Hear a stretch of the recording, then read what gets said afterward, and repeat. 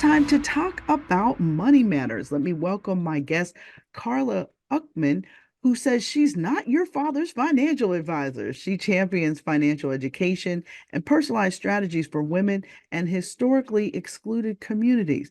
She leads her own firm, Artemis Wealth Advisors, for over a decade, and she ignites financial awareness and empowers clients to take charge of their money in ways that resonate with them. Karla's passion lies in dismantling financial myths and fostering economic resilience.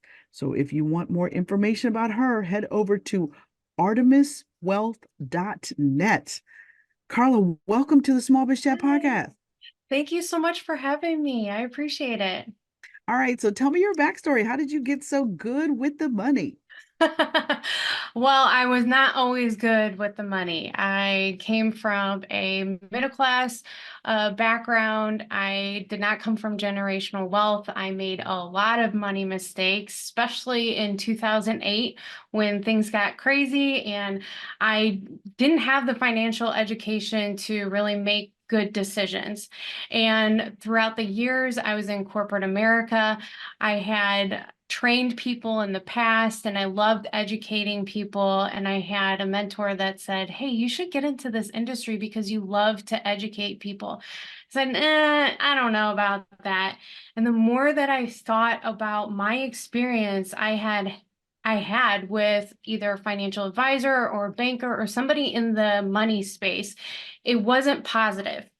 I always felt judged. I felt like I couldn't get resources, and the money mistakes that I had made were, following me throughout all these conversations that I was trying to have. They also would speak to my husband and not to me.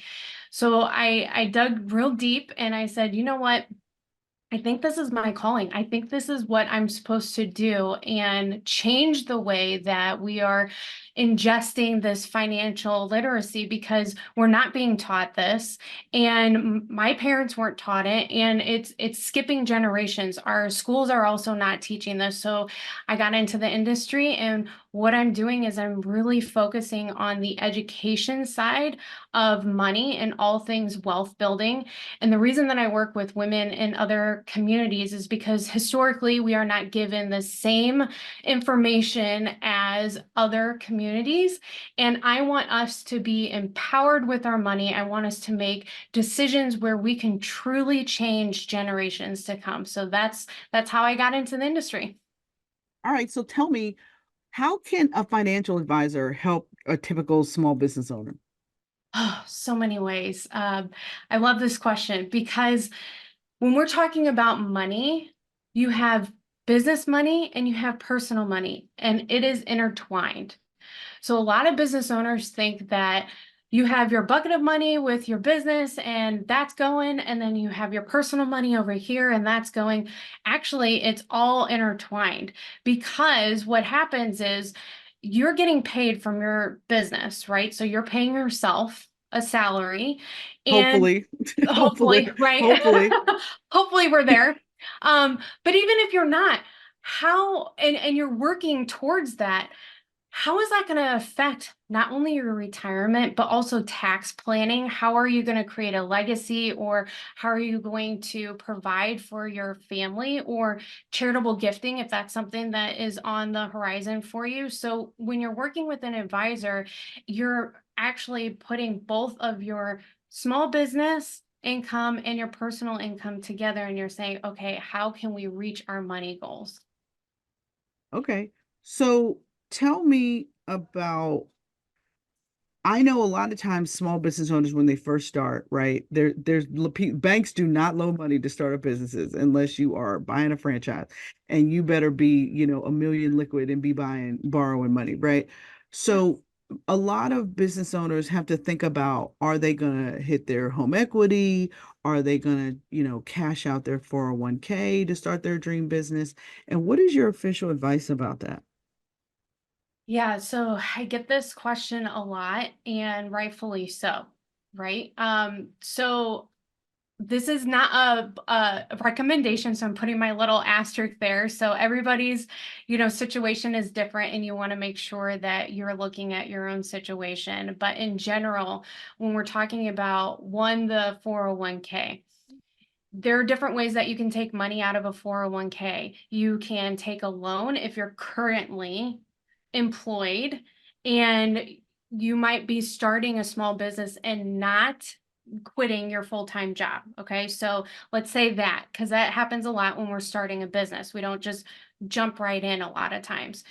If we take a loan out of our 401k, we aren't being exposed to taxes like if we took a withdrawal from our 401k.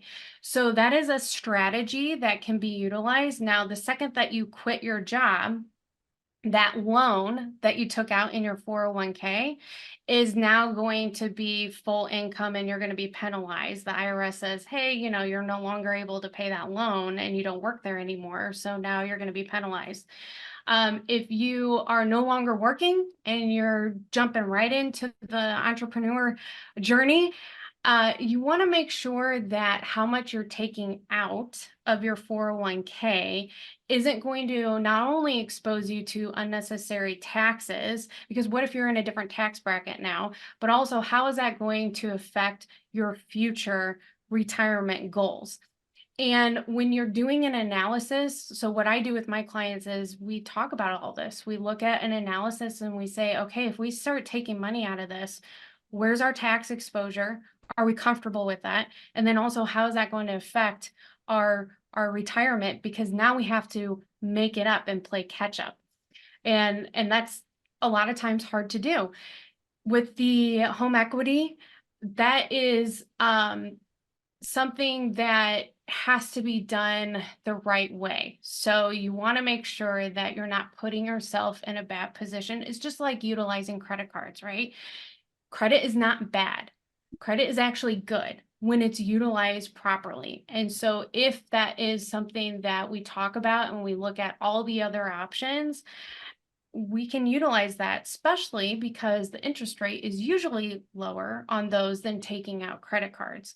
So it is an option, but everybody's situation is different. And so you want to really deep dive into where you're taking money before you just start pulling money out. Now, one of the things I know that I read that you said that a lot of times people don't get started with saving for retirement or even investing because of just procrastination, because of just like fear of change and things like that. Can you talk about why that is? Yeah. So for business owners, what I see a lot of times is, and I'm a business owner, I've been doing this for 10 years. I focus so much on my business. And what we're doing is we are forgetting about our own personal side of things and based off of also our experiences. So if people have bad experiences with the financial world, why would they expose themselves and work with someone that is already going to judge them for not investing anyway? They're going to show them all these reports that show that, oh, well, it's doom and gloom. Why would they want to put themselves through that? They're already focusing on so many different things. You don't need someone throwing things in your face saying you should have done it sooner. And so that's what I see a lot of is the procrastination comes from the fear of judgment. And they're like, well, it is what it is. So I might as well just not start anyway because someone's going to judge me. That's what I see. Hmm.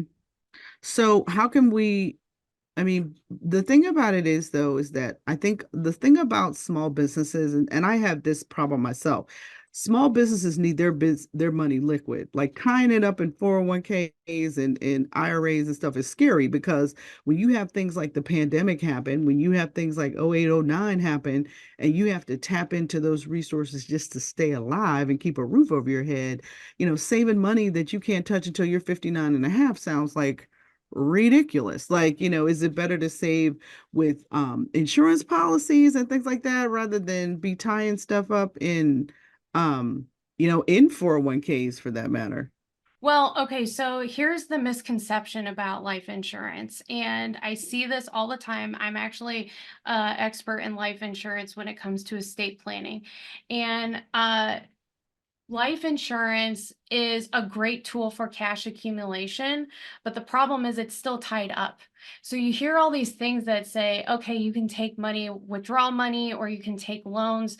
The way that these policies are structured is unless you have a big amount of money to put into the policy at the very beginning, these policies are structured where the cost of insurance, so your fees, are front loaded in the first 10 to 15 years of these policies.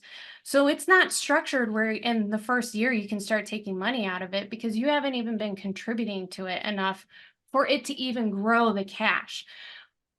Side note, it is a good way of, accumulating cash, but it has to be done correctly. So to your point, when we are, taking money and putting it into certain things and we don't want it to be tied up, one, having a CFO and bookkeeper in your business is super important, because then you know what your cash flow is. So we're not going to start putting money into retirement funds or other, type of accounts unless we actually know we can do that. And we also know that we have savings on the side in order to, have these emergencies covered. But there are different strategies that you can start saving as a business owner where it doesn't have to be in a retirement account and you could have liquidity. It just has to be structured in the proper way. Can you give us an example? Yeah, so just an investment account, or, a CD, like a 1-year CD, or, something that is paying interest like a bond, something that you're at least growing your money. It is not tied up and you're not being exposed to inflation, because this is one of the things that you have to think about too as a business owner. Your cash is still being exposed to inflation, and your banks aren't putting how much money you lost on your bank statements, are they? They aren't, because your cash lost money due to inflation. So you want to make sure that if you have some liquidity issues and you want to make sure that your money is growing, you don't put it into something where you can't touch it for, 10, 15 years. And so you could do that with like a bond or a mutual fund, or, something very safe. I see. So tell me, there's lots and lots of economic uncertainty still on the horizon for 2024. What are some of the action steps that some of our listeners can take to make their money just work harder for them without a bunch of excessive risk? Yeah. So one thing is assess your risk tolerance. What do I mean by risk tolerance? That's how comfortable are you with these fluctuations in the market?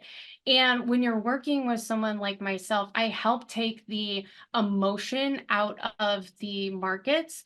I help really make sure that you have, the information of what it's done historically throughout the past 100 years, based off of, how things have happened with wars and things like that. So assess your risk tolerance first, because if you're too aggressive, then you are going to see some of those market fluctuations, but sometimes you might need to be.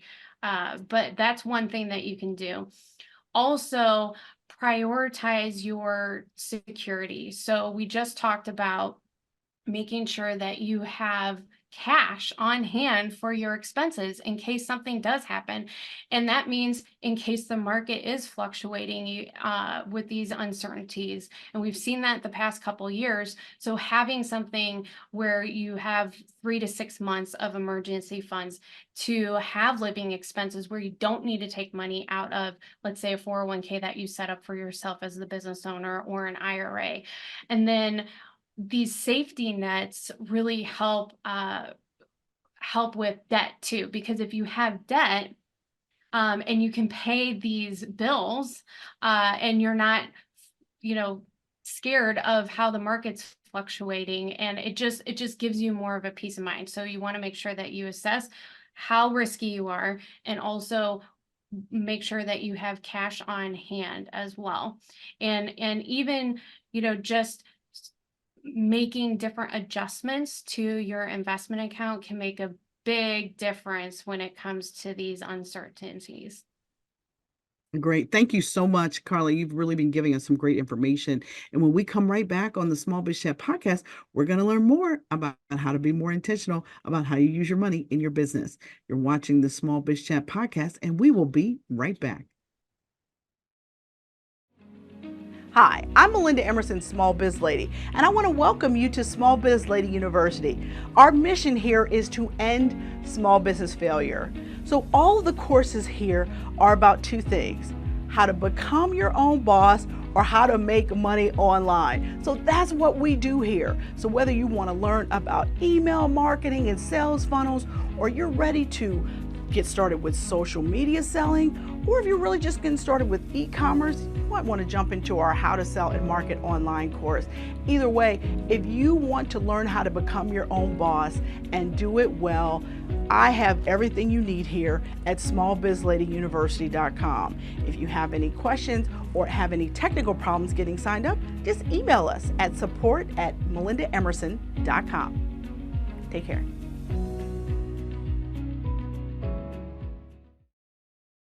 Welcome back to the SmallBizChat podcast. I'm Melinda Emerson, Small Biz Lady, your host, and I'm here with my guest, Karla Ukman, and she's talking to us about the money, about how to get smarter, about how we use our money so that we're not just earning paychecks, but we're actually building wealth. So, Karla, I want to jump back in with you. I know that you talk about, financial education and continuously learning about money and different types of vehicles you can use to fund your business or fund a shortfall. All of us in business know people like to pay small business owners late, last, or not at all. So you got to make sure that you're covered to kind of deal with that.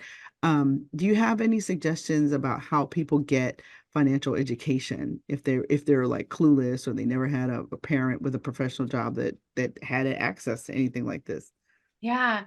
So a lot of my clients start listening to money podcasts. There's a lot out there that you can listen to.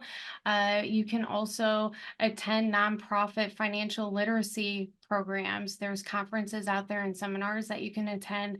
Books are great, and also joining different Facebook groups that are involved in just wealth planning and money education. Awesome, awesome. Now, I know that in your practice, you specifically focus on women and people of color, and you said that your approach is different with working with these clients compared to like traditional financial planners. Talk to me about that.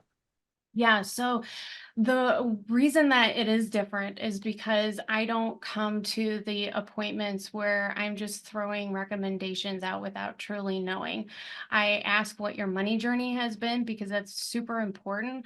Do you have money traumas? Are there things in your life that made your money relationship complicated? And a lot of times it has because of the generations and where we're coming from. So I talk about that as well as whenever I'm making recommendations, there's always education behind the why. And I break that down with my clients and really make sure that they understand what I'm recommending and it has a purpose for them. Awesome, awesome. And last question for you, what is the best business advice you've ever received? Oh, so the best business advice I received was, making sure that you're surrounding yourself with people that are smarter than you. Get in rooms with people that are smarter than you. I love it. I love it. That is such great advice. Thank you so much, Karla, for being with us. I can't wait to learn more about how you serve people of color and women in business because we all got to get better with our money. That's for sure. Thank you all for joining me for this episode of the Small Biz Chat podcast. If you are an author, speaker, or you want to become one or a coach, I want to let you know that Brand in Demand 2 is coming. The second cohort of my Brand in Demand 6-month coaching program starts March 20th. So if you are interested in finally becoming a national brand, I want you to consider joining me because it is amazing. So if you head over to smallbizladyuniversity.com/brand in demand group coaching.com. That's what you need. Group coaching. That's what you want to get the information. And my second cohort starts March 20th. So I can't wait to see you all there. Now, I have one last thing for you. If you want to grow your business, you have to grow yourself. All right. Thank you all for joining us for this episode, and God bless.